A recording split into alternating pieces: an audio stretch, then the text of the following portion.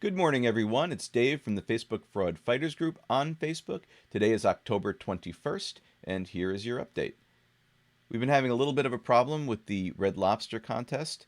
It's been taken down, but now has been reinstated by Facebook. So we do need to keep going there and reporting the page and all the associated posts as a scam. We know it's a scam because it's already been confirmed by Red Lobster, and the scammers actually created several other pages, all of which are actually referencing each other. So we have a Toyota 4Runner scam, and then we have the Lowe's Tiny Home and the Red Lobster scams actually recommending the Toyota contest scam. So here are the three addresses for that. These are the ones that we're targeting right now, and hopefully Facebook will finally get off their butt on this one and take down all of the scammers' different sites. They're all connected. They should be able to identify them all. So how you can spot similar scams is when they ask you to share to multiple groups to enter. This is actually a violation of Facebook's terms of service. It will get you booted out of the groups and might actually get your account frozen for spamming. So please don't do that. Also, when these sites direct you to go to another site to then enter your name, address, phone number, that's a pretty good indication that it's a scam. That information is going to be used against you.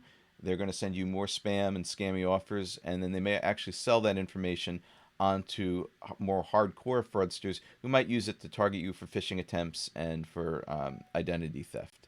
So other telltale signs, if you look at the page transparency block, you could see that a page was created within just a few days or a few weeks, which would be a big red flag for a large company running a large promotion.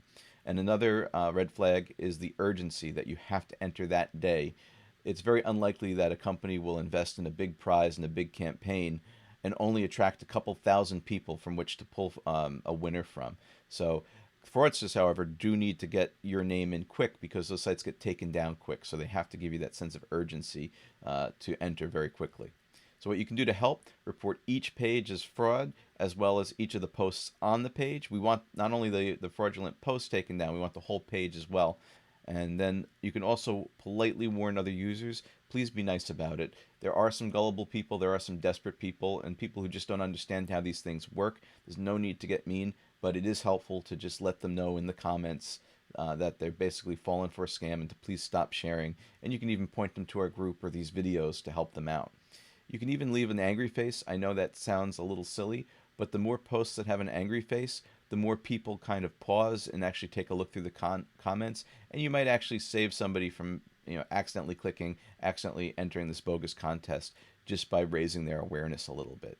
For extra credit, if the page pretends to be from a big company or represents a big brand, you can find that company or brand on Facebook and give them a warning through either Messenger or in comments.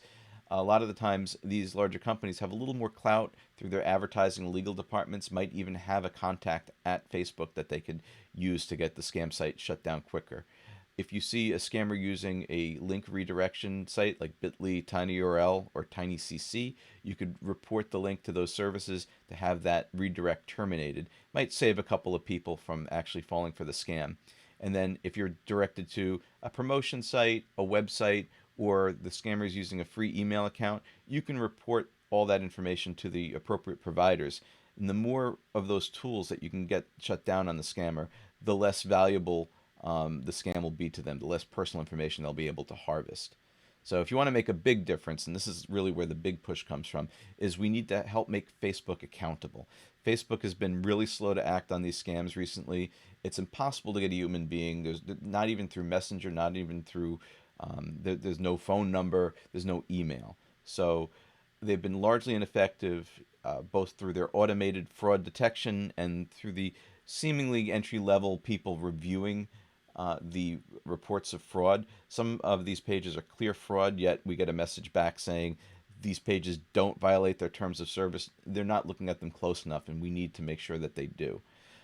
You can also put pressure on Facebook by contacting the media, affected companies, politicians, law enforcement. If you have contacts in any of these groups that you feel might help to talk to and maybe they can help take up the cause, that would be great. If we could spread the word and get the level of this problem out there, we might be able to get some help from the outside. So what we want is pretty simple. We just want faster responses from the user-reported fraud. It would also be great to have a more dedicated channel for fraud professionals, law enforcement, media, the companies and brands that are being affected. I was actually part of a large fraud program for Fortune 50. I sat on the fraud committee, and that was really where we got the most bang for our buck, was getting reports from the outside world and prioritizing reports from trusted and known sources. And there's no way for those sources right now to talk directly to Facebook. So that would be a really big help. So Facebook has to start putting safety, privacy, and security of the users ahead of profit. They're slow to shut down these sites or suspend them because they don't want to impede a paid advertiser. But it's important for these brand new sites that are just popping up and really pushing these fake scams. They have to suspend these accounts until they're properly reviewed, and they have to review them faster. And that's really what we're pushing for. So thank you so much. I really appreciate your time, and I hope that we can expect your help to help shut down these sites a lot faster. So thanks a lot.